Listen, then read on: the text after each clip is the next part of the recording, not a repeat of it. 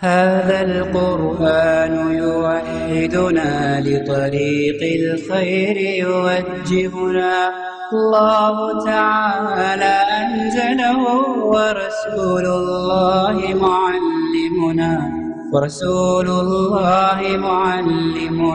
هذا القرآن يوحدنا. أعوذ بالله من الشيطان الرجيم. بسم الله الرحمن الرحيم. إن الحمد لله تعالى نحمده ونستعين به ونستغفره ونعوذ بالله من شرور أنفسنا وسيئات أعمالنا. من يهده الله فلا مضل له ومن يضلل فلا هادي له. وأشهد أن لا إله إلا الله وحده لا شريك له وأشهد أن محمدا عبده ورسوله صلى الله عليه وسلم. تمام تعریفیں اللہ کے لیے ہیں، ہم اس کی تعریف کرتے ہیں اور اس سے مدد اور معافی طلب کرتے ہیں۔ ہم پناہ مانگتے ہیں اللہ عز و جل کی خود کی برائیوں سے اور تمام برے کاموں سے۔ جسے بھی اللہ کی ہدایت ملے اسے کوئی گمراہ نہیں کر سکتا، اور جسے اللہ نے گمراہ کیا اسے کوئی ہدایت نہیں دے سکتا۔ ہم گواہی دیتے ہیں کہ عبادت کا حقدار صرف اللہ ہے اور کوئی اس کا شریک نہیں، اور گواہی دیتے ہیں کہ محمد صلی اللہ علیہ وسلم اللہ تعالیٰ کے بندے اور رسول ہیں، اور اللہ اپنی سلامتی بھیجے اپنے آخری نبی پر، ان کے اہل و عیال پر اور ان کے صحابہ۔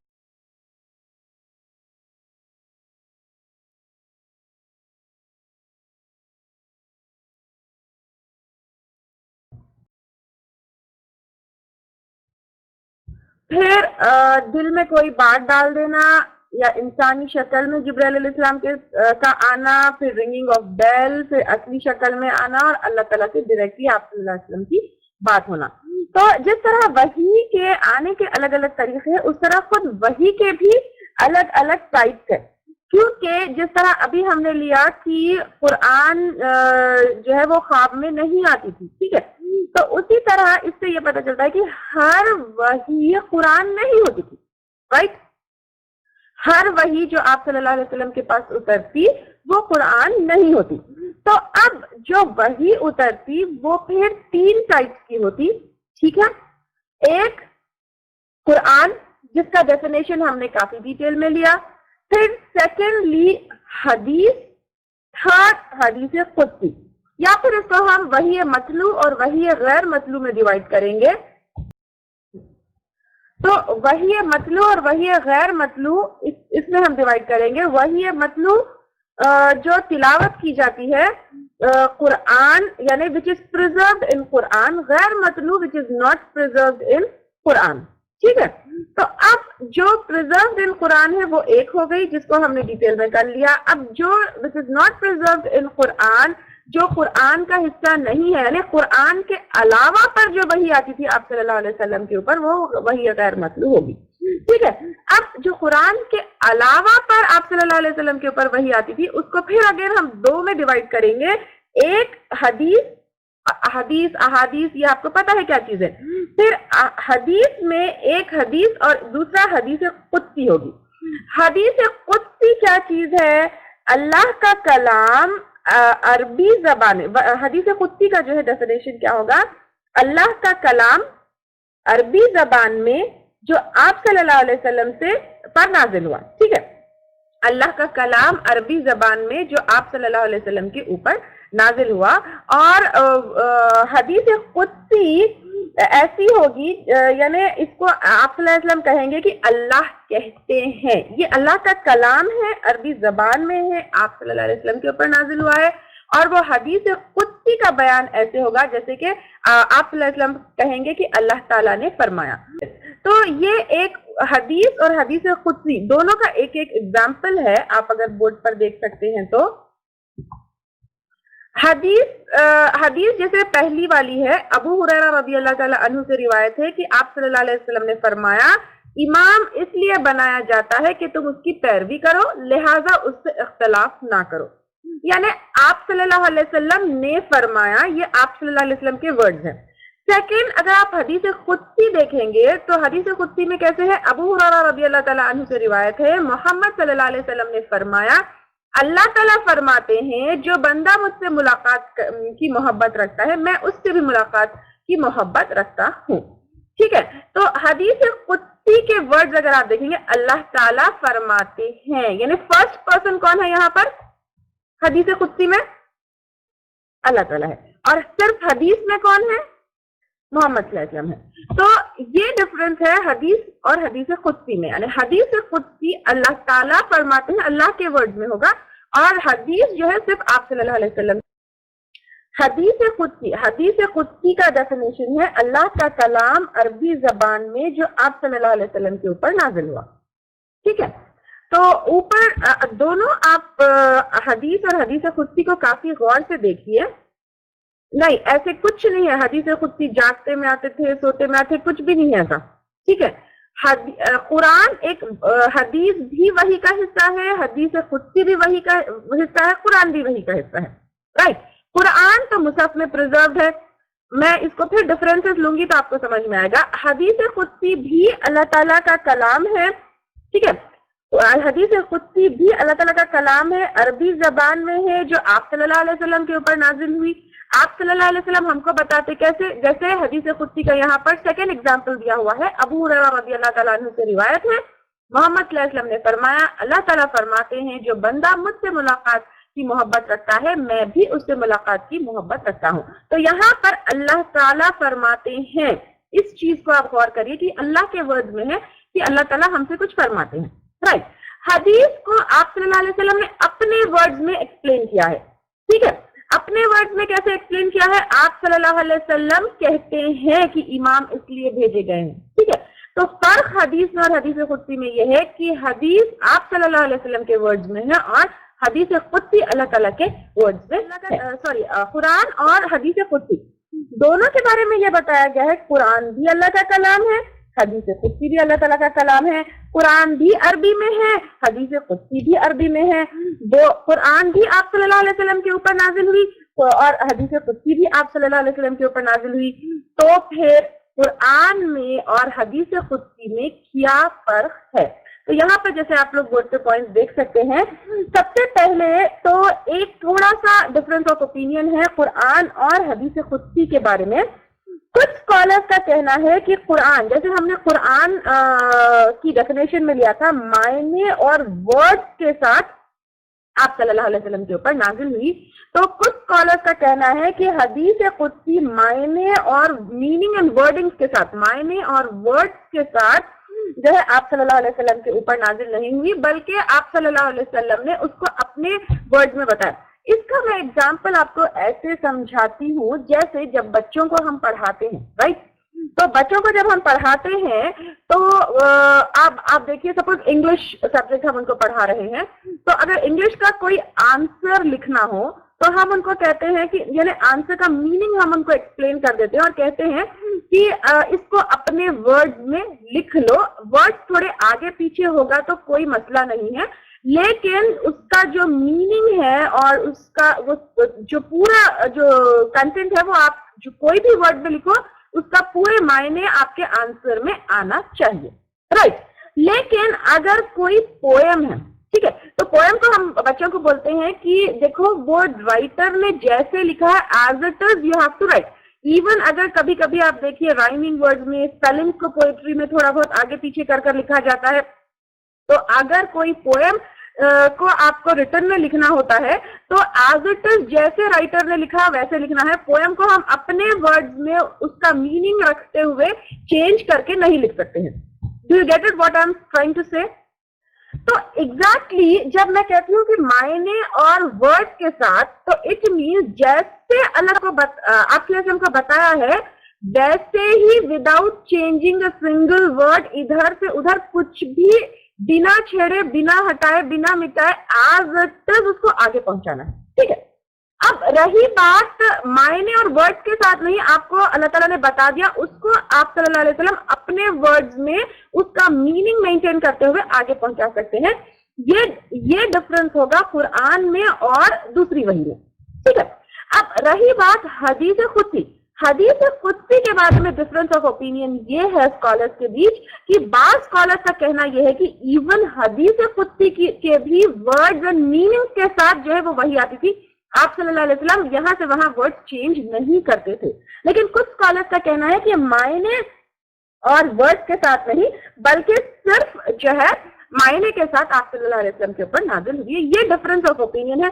خیر جو بھی ہو, چاہے وہ معنی کے ساتھ آئی ہو یا پھر صرف معنی کے ساتھ، لیکن پھر بھی حدیث قدسی، اس میں ڈفرینس آف اوپینین ہے، دونوں بھی پاسبلٹیز ہے، اللہ تعالیٰ زیادہ بہتر جانتے ہیں، لیکن پھر بھی حدیث قدسی اور قرآن میں بہت زیادہ کیا کہتے ہیں ہم ڈفرینسز ہے، as you can see on the board. سب سے پہلے قرآن جو ہے ایک قرآن کی حفاظت کا وعدہ اللہ تعالیٰ نے خود کیا ہے جیسے ہم نے کر لیا تھا، لیکن حدیث قدسی کا وعدہ یعنی حدیث قدسی کی حفاظت کا وعدہ اللہ تعالیٰ نے نہیں کیا. سیکنڈلی قرآن ایک معجزہ ہے. قرآن کیسے ایک معجزہ ہے یہ ہم آگے انشاءاللہ تعالیٰ لیں گے، لیکن حدیث قدسی جو ہے معجزہ نہیں ہے. اور قرآن تواتر کے ساتھ پہنچی ہے. تواتر کے ساتھ کیسے پہنچی ہے؟ اتنی زیادہ نریشنز ہے اور پیدر پہ سکسیسو نریشنز ہے کہ اس کی اوتھینٹسٹی میں کہ کوئی آیت پتہ نہیں ایسی ہوگی کیا اس میں کوئی بھی کچھ بھی ڈاؤٹ نہیں ہے. لیکن حدیث قدسی ہم تک تواتر سے نہیں پہنچی ہے، تو کچھ احادیث میں ضعیف روایتیں، موضوع روایتیں، گڑے ہوئے روایتیں یہ بھی آ سکتی ہے، کچھ فیبریکیٹڈ احادیث بھی ہو سکتی ہے، کچھ ویک اور ان اوتھینٹک نریشن بھی ہو سکتے ہیں، لیکن قرآن میں ایسی کوئی چیز نہیں ہے. قرآن تواتر سے پہنچی ہے، اس کی اوتھینٹسٹی کے اوپر کوئی ڈاؤٹ نہیں ہے. دین نیکسٹ، قرآن کا پڑھنا عبادت ہے. ایک ایک لیٹر جو ہے کے اوپر 10 نیکیاں ہیں، لیکن حدیث قدسی پڑھنا بھی جو ہے ثواب اور اجر ہم کو اس سے ملے گا، اس سے علم حاصل ہوگا، احادیث سیکھنے، پڑھنے، پڑھانے کا اجر اور ثواب حاصل ہوگا. لیکن ایک لیٹر کے اوپر 10 نیکیاں جس طرح قرآن کی صرف ریسیٹیشن کے اوپر ہے وہ حدیث قدسی کے اوپر نہیں ہے. دین لاسٹلی حدیث قدسی نماز میں نہیں پڑھی جائے گی، نماز کا حصہ نہیں ہوگی، جبکہ قرآن جو ہے نماز میں پڑھی جائے گی اور نماز کا حصہ ہوگا. ٹھیک ہے.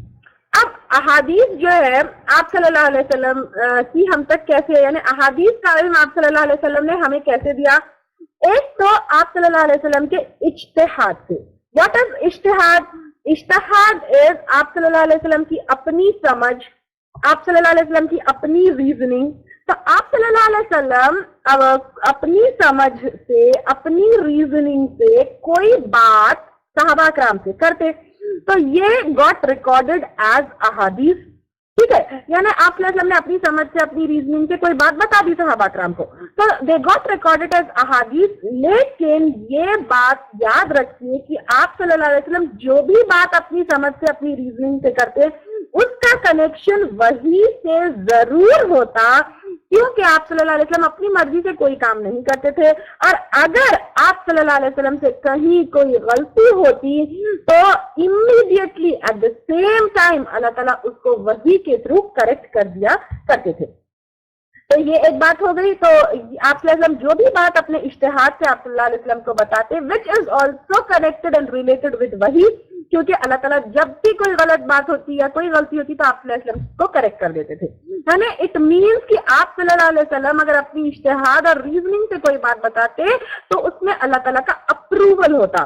تو ٹھیک ہے، یہ ایک بات ہو گئی. سیکنڈلی، اگر کوئی بات ہم کو بتانا ہے نا، صحابہ کرام کو آپ صلی اللہ علیہ وسلم نے بتانا ہے تو میننگ آپ صلی اللہ علیہ وسلم کو بتایا جاتا، جسے آپ صلی اللہ علیہ وسلم اپنے اون ورڈ میں بولتے.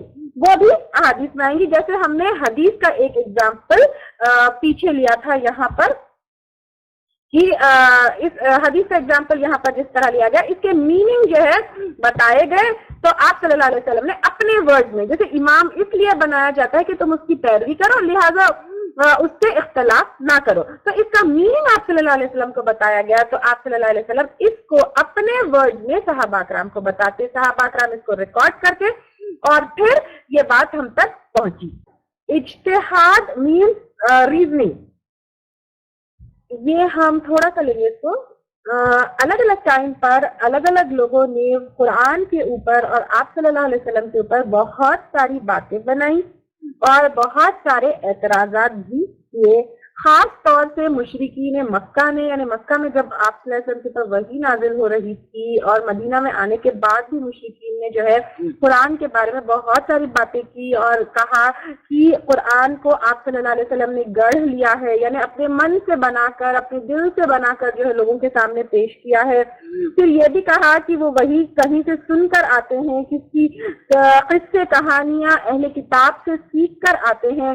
پھر یہ بھی کہا کہ آپ صلی اللہ علیہ وسلم نام، شہرت، مال کے لیے لوگوں سے ایسی باتیں کرتے ہیں۔ پھر یہ بھی کہا کہ ایک رومن اسکالر حداد ہے، اس سے سیکھ کر آتے ہیں۔ تو ایسی کئی باتیں قرآن کے اوپر کے بارے میں بتائی کہ یہ قرآن نعوذ باللہ اللہ تعالیٰ کی طرف سے وحی نہیں ہے، بلکہ اس طرح آپ صلی اللہ علیہ وسلم نے گڑھ لیا ہے۔ لیکن اگر ہم دیکھیں ہسٹری میں تو آپ دیکھیں قرآن کی وحی کے آنے سے پہلے، آپ صلی اللہ علیہ وسلم کے نبی بننے سے پہلے ہی آپ صلی اللہ علیہ وسلم مکہ میں امین، ٹرسٹ وردی، سچے، کبھی نہ جھوٹ بولنے والے مشہور تھے، کیونکہ آپ کا کیریکٹر ایسا تھا، آپ کے اخلاق ایسے تھے کہ آپ کبھی بھی جھوٹ نہیں بولتے تھے، ہمیشہ سچ بولتے تھے، اور اپنی سچائی کی وجہ سے قرآن کے وحی کے آنے سے پہلے آپ صلی اللہ علیہ وسلم الامین اور ٹرسٹ وردی مشہور تھے۔ تو پھر جو انسان پہلے سے ہی مشہور ہے، اپنے بچپن سے کبھی جھوٹ نہیں بولا، تو پھر وہ انسان کیسے قرآن کو لے کر جھوٹ بول سکتے ہیں؟ پھر یہ بھی بات آتی ہے کہ وہ کہیں سے سن کر آتے ہیں، قصے کہانیاں۔ لیکن اگر آپ دیکھیے کہ قرآن اگر اللہ تعالیٰ کی طرف سے وحی نہیں ہوتی اور آپ جیسے کہیں سے سن کر آتے ہیں، جھوٹ بولتے ہیں، تو قرآن میں کئی جگہ اگر آپ دیکھیں کہ آپ صلی اللہ علیہ وسلم کی غلطیوں کو کریکٹ کیا گیا ہے، جیسے عبس وتولی، آپ صلی اللہ علیہ وسلم نے عبداللہ بن مکتوم رضی اللہ تعالیٰ عنہ کا آنا اپنی مجلس میں پسند نہیں کیا، تو اللہ تعالیٰ نے فوری جو ہے آپ صلی اللہ علیہ وسلم کو ایک ڈانٹ لگا دی کہ جو انسان علم کے سیکھنے کا حریص ہے، جو آتا ہے آپ کے پاس، اس کو آپ جو ہے ناپسند کیسے کر سکتے ہیں؟ تو اس طرح آپ صلی اللہ علیہ وسلم کی بہت ساری غلطیوں کو اللہ تعالیٰ نے قرآن میں کیا کیا؟ کریکٹ کیا۔ اگر یہ قرآن آپ صلی اللہ علیہ وسلم کی کہی ہوئی بات ہوتی، گڑھی ہوئی بات ہوتی، تو وہ تو اپنی خود کی خوب تعریف کرتے، اس کے اندر اپنے خلاف کوئی بات نہیں بولتے۔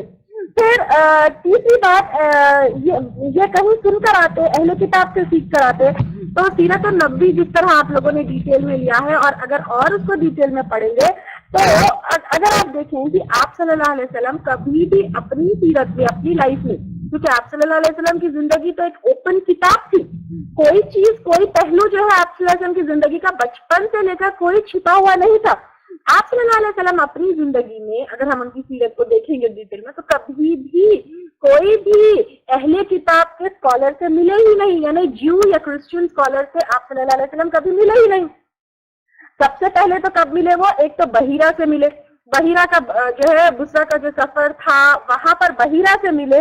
جب بحیرہ سے ملے، اور وہ کتنے کم ٹائم کے لیے ملے، اتنے کم ٹائم کے لیے ملے کہ اتنی کتاب بڑی پوری سیکھ کر آنا اٹ واز ناٹ پاسبل، اور ابھی وحی کی شروعات بھی نہیں ہوئی تھی۔ سیکنڈ ٹائم کب ملے؟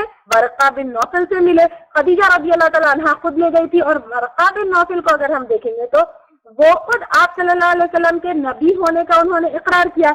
پھر تھرڈ، یہود اور نصارہ جو ہے، یعنی جیوز اینڈ کرسچنز، آپ صلی اللہ علیہ وسلم کے خود جو ہے خلاف تھے۔ اگر کوئی آپ صلی اللہ علیہ وسلم کو اس طرح کی باتیں بتانا، یعنی جیو یا کرسچن اسکالر جو ہے کوئی آپ کو بتانا، یعنی ان سے بہت پکی اور گہری دوستی ہونا ضروری تھا، لیکن یہود اور نصارہ تو آپ صلی اللہ علیہ وسلم کو ہمیشہ اپنا دشمن مانے، کبھی بھی جو ہے آپ صلی اللہ علیہ وسلم سے اتنی گہری اور پکی دوستی نہیں کی۔ الٹا تو جو ہے وہ آپ صلی اللہ علیہ وسلم سے جو بھی سوال کرتے ہسٹری کے بارے میں، تو وہ پورا جو ہے آپ صلی اللہ علیہ وسلم ان کو بتاتے، ان کے جواب دیتے، اور وہ وحی کے تھرو آپ صلی اللہ علیہ وسلم کو ان کے جواب بتائے جاتے۔ تیسرا، اگر آپ صلی اللہ علیہ وسلم جس طرح نہ کہ صرف مشرکین مکہ بلکہ تمام لوگ، ہم دیکھیں گے آج بھی لوگ جو ہے آپ صلی اللہ علیہ وسلم کی اس طرح کے اوپر ایسے الزامات لگاتے ہیں، تو اگر ہم دیکھیں کہ اگر آپ صلی اللہ علیہ وسلم یہ نام کے لیے، فیم کے لیے، پاپولیرٹی کے لیے اگر ایسا کرتے، تو جب آپ صلی اللہ علیہ وسلم مکہ میں تھے تو مکہ والے ان کے پاس آ کر ان کو پرپوز کیا کہ آپ مال چاہتے ہیں تو ہم آپ کو سب سے زیادہ مالدار بنا دیں گے، اگر آپ جو ہے دولت چاہتے ہیں تو جتنی چاہے دولت آپ لے لیجئے، اگر آپ کو کسی عورت سے شادی کرنا ہے تو ہم آپ کو سب سے خوبصورت اور سب سے بیسٹ عورت آپ کو جو ہے دیں گے، اس کا پرپوزل آپ کے پاس لے کر آئیں گے، بادشاہ بننا چاہتے تو آپ بادشاہ بن جائیے، لیکن یہ دین کی دعوت کا اور توحید کا کام چھوڑ دیجئے۔ اگر آپ صلی اللہ علیہ وسلم یہ نام شہرت مال کے لیے کرتے تو پھر تبھی جو ہے یہ ان کا پرپوزل ایکسپٹ کر لیتے تھے، لیکن انہوں نے نہیں کیا۔ اور اگر آپ ان کو دیکھیں آپ صلی اللہ علیہ وسلم کی پوری زندگی، تو انتقال کے وقت آپ صلی اللہ علیہ وسلم کے پاس کیا تھا؟ آپ صلی اللہ علیہ وسلم کے پاس انتقال کے وقت کچھ بھی نہیں تھا، اور اپنے گھر والوں کے لیے تو وہ کچھ بھی چھوڑ کر نہیں گئے۔ اگر وہ مال کے لیے سب کرتے، شہرت کے لیے سب کرتے تھے، تمام چیزیں زندگی میں بٹور لیتے۔ کچھ کہتے ہیں کہ ایک رومن اسکالر حداد نام کا تھا، اس سے جو ہے سیکھا۔ تو اگر آپ دیکھیے سب سے پہلے حداد کی اگر ہم ہسٹری مکہ میں دیکھیں گے تو مکہ والوں کے نظر میں حداد اسکالر تھا ہی نہیں۔ یہ ایسا اگزامپل ہوگا جیسے کہ انڈیا میں چائنا کا ایک چائنیز لینگویج کا بہت بڑا اسکالر ہے، ٹھیک ہے، تو انڈیا میں چائنیز کسی کو آتی بھی نہیں ہے، انڈیا میں چائنا کا کوئی وہ بڑا چائنیز لینگویج کا جو اسکالر ہے اس کی کوئی اہمیت ہی نہیں ہے۔ تو مکہ میں حداد ایسا تھا جیسا اس کی کوئی ویلیو مکہ میں تھی ہی نہیں، لوگ اس کو کوئی بڑا عالم یا کوئی بڑا جو ہے آدمی مانتے ہی نہیں تھے، نمبر 1۔ سیکنڈ، حداد فل ٹائم لوہار تھا، اور اس کے پاس جو ہے کسی اور کام کے لیے یا پھر آپ صلی اللہ علیہ وسلم کو اس طرح کی باتیں سکھانے کا ٹائم ہی نہیں تھا۔ تھرڈ، وہ فارینر تھا، اس کو ہارڈلی عربک آتی تھی، اور جو قرآن نازل ہوئی کتنی پرفیکٹ عربک میں نازل ہوئی، تو یہ جو ہے پاسبل نہیں تھا۔ فورتھ، مکہ والے تو آپ صلی اللہ علیہ وسلم کے بہت مخالف تھے، دشمن تھے نبوت کے بعد، تو ہر وقت آپ صلی اللہ علیہ وسلم کی توہ میں لگے ہوئے رہتے تھے کہ آپ صلی اللہ علیہ وسلم سے کوئی غلطی ہو، کوئی تو چیز ہو تو آپ صلی اللہ علیہ وسلم کو جو ہے وہ پکڑے۔ تو اگر اس طرح کا کوئی سیکرٹ ٹیچر آپ صلی اللہ علیہ وسلم کا ہوتا تو وہ لوگ کیا کرتے، فوری جو ہے پکڑ لیتے اور اس کو ایکسپوز کرتے۔ تو یہ صرف کہلانے کی باتیں ہیں، ایسی کوئی بات آپ صلی اللہ علیہ وسلم کے اگینسٹ اب تک پروف ہوئی نہیں۔ قرآن اپنے آپ میں ایک خاص کتاب ہے جو صرف اللہ تعالیٰ کی طرف سے نازل ہوئی ہے، نہ انسان نے اس کو گڑھا ہے، نہ آپ صلی اللہ علیہ وسلم نے اس کو اپنے الفاظ میں بتایا ہے، نہ یہ قصے کہانیاں ہیں، نہ یہ پرانی اساطیر الاولین یعنی پچھلی قوموں کی کہانیاں ہیں، بلکہ ان ھذا القرآن یہدی للتی ہی اقوم، یہ قرآن وہ ہے جو ہدایت دیتی ہے اس کے لیے جو سیدھا ہے۔ یہ قرآن فرقان ہے، یہ قرآن ذکر ہے۔ کئی بار قرآن میں چیلنج کیا گیا کہ اس جیسا ایک کلام لے کر آؤ۔ عرب کے بڑے بڑے ایکسپرٹ پوئٹ، ماہر جو ہے شاعر جو انسان کو اپنے رب سے، اپنے مالک سے، اپنے خالق سے جوڑتا ہے، یہ ایسا کلام ہے، نہ یہ ایکسپرٹ جو ہے اس طرح کا کاپی کر سکے، نہ جو ہے ماہر شاعر جو ہے اس طرح کا کلام کاپی کر سکے۔ یہ ایک ایسا کلام ہے جو انسان کو اپنے رب سے، اپنے مالک سے جوڑتا ہے۔ اس لیے بار بار قرآن میں یہی بتایا جاتا ہے، یہی احساس دلایا جاتا ہے کہ عبادت کا حقدار صرف اللہ ہے۔ توحید جو ہے قرآن کا مین ٹاپک ہے، ہر چیز توحید کے ارد گرد جو ہے گھومتی ہے کہ انسان کی تکلیف کے اوپر غور کرو، اے انسان دیکھو، اپنے آپ کے اوپر غور کرو، اے انسان اپنے آپ کے اوپر غور کر کے اللہ تعالیٰ کو پہچانو۔ تو اے انسان نہ کہ صرف اپنی پیدائش لیکن غور کرو، اللہ کو پہچانو، دیکھو اللہ تعالیٰ کی کائنات، اللہ تعالیٰ کی نشانیوں کو دیکھ کر اللہ کو پہچانو۔ پچھلی قوم عاد ثمود کیسے ہلاک ہوئے، دیکھو ان کے اوپر غور و فکر کرو کہ ان لوگوں نے کیا کیا، شرک کیا، اللہ تعالیٰ کی نافرمانی کی، نہیں مانے تو ان کا کیا حشر ہوا۔ اے انسان تم بھی مان جاؤ، تم بھی اللہ کو اپنا الہ مان لو اور اس کے سامنے اپنا سر جھکاتے ہوئے صرف اور صرف اس کی عبادت کرو، اور اپنی دنیا اور آخرت دونوں کو درست کر لو۔ پھر قرآن کا پریزنٹیشن اگر ہم دیکھیں وہ عام کتاب کی طرح نہیں ہے، اس کا سٹائل، اس کا پریزنٹیشن ایک ڈفرنٹ سٹائل میں ہے. اس کا آپ لٹرری سٹائل دیکھیے، وہ کوئی عام عربک بک نہیں ہے. اس کا تھیم اگر ہم دیکھیں گے تو وہ بھی جو ہے بالکل ڈفرنٹ عام بک سے. اور اگر قرآن سمجھنے سے پہلے ہم دماغ میں یہ بٹھا لیں گے کہ یہ ہمارے لیے درست نہیں ہے، یہ ہمارے لیے صحیح نہیں ہے، یہ 1400 سال پرانی ہے، تو پھر ہم اس کو جو ہے اس کا سمجھنا ہمارے لیے مشکل ہے. کھلے دل سے، کھلے دماغ سے اس کو سمجھنا ہے. انسان کو کوئی چیز پر یقین کرنے کے لیے کچھ نہ کچھ جو ہے پروف ہونا ضروری ہوتا ہے. تو اللہ تعالیٰ نے رسولوں کو جب بھیجا تو ان کے اوپر یقین کرنے کے لیے ہر رسول کو ایک ایک معجزہ عطا کیا. جیسے موسیٰ علیہ السلام کی لکڑی تھی جو صاف بن جاتی، عیسیٰ علیہ السلام جو ہے بیماروں کے اوپر ہاتھ پھیرتے تو وہ ٹھیک ہو جاتے. اور آپ صلی اللہ علیہ وسلم کو اللہ تعالیٰ نے ایک ایسا معجزہ دیا جو ایک وقت تک لمیٹڈ نہیں ہے، ایک ٹائم تک لمیٹڈ نہیں ہے، ایک ایریا تک لمیٹڈ نہیں ہے، لیکن ایک ایسے معجزے کی ضرورت تھی جو ہر وقت ہر جگہ کے لوگوں کو دنگ کر دے. تو اسی طرح قرآن ایک ایسا معجزہ اللہ تعالیٰ نے آپ صلی اللہ علیہ وسلم کو دیا جو ہر وقت ہر جگہ تا قیامت لوگوں کو دنگ کرے گی. کچھ معجزے ایسے ہوتے جو اس وقت کے لیے کے لوگوں کے لیے، جیسے ابھی ہم نے عصا کی بات کی، ابھی ہم نے جو ہے عیسیٰ علیہ السلام کے معجزوں کے بارے میں بات کی. ایسا نہیں کہ آپ صلی اللہ علیہ وسلم کو ایسے معجزے نہیں دیے گئے تھے، آپ صلی اللہ علیہ وسلم کو اس ٹائم کے لوگوں کے لیے بھی معجزے دیے گئے تھے. جیسے چاند کا پھٹنا ہے، آپ صلی اللہ علیہ وسلم کے ہاتھ سے پانی نکلنا ہے، پتھروں کا آپ صلی اللہ علیہ وسلم کو سلام کرنا ہے. لیکن اس سے بھی یعنی یہ تمام معجزوں سے بڑھ کر جو ہے آپ صلی اللہ علیہ وسلم کو قرآن ایک معجزہ دیا گیا جو ہے یہ قرآن کیسے معجزہ ہے اور اس کے معجزہ نے پہلو ہم بعد میں دیکھیں گے. تو اگر آپ دیکھیں کہ پوری قرآن itself معجزہ ہے، نہ اس کو کوئی کاپی کر سکے، نہ اس کو کوئی امیٹیٹ کر سکے، نہ اس جیسا کوئی کلام بڑے بڑے شاعر ماہر کوئی نہیں لے کر آ سکا. تو الحمدللہ اگر ہم اس کے اندر دیکھیں تو نہ کہ صرف قرآن کا کلام معجزہ ہے، بلکہ اگر ہم دیکھیں اس کی اندر کی جو کہی ہوئی بات ہے، ہسٹری سے اگر ہم کنفرم کر لیں تو ہر واقعہ جو ہے کیا ہے بالکل معجزہ ہے. فیوچر کے ہر واقعہ جو ہے سچ ہے، یہ خود بھی معجزہ ہے. فیوچر کے جو پریڈکشنز ہے وہ بھی جو ہے بالکل ورڈ بائی ورڈ سچ نکلے، وہ بھی جو ہے معجزہ ہے. اس میں سائنٹیفک جو وہ بتائی گئے ہیں، فیکٹس بتائے گئے ہیں، وہ بھی بالکل 100% سچ نکلے، وہ بھی ایک معجزہ ہے.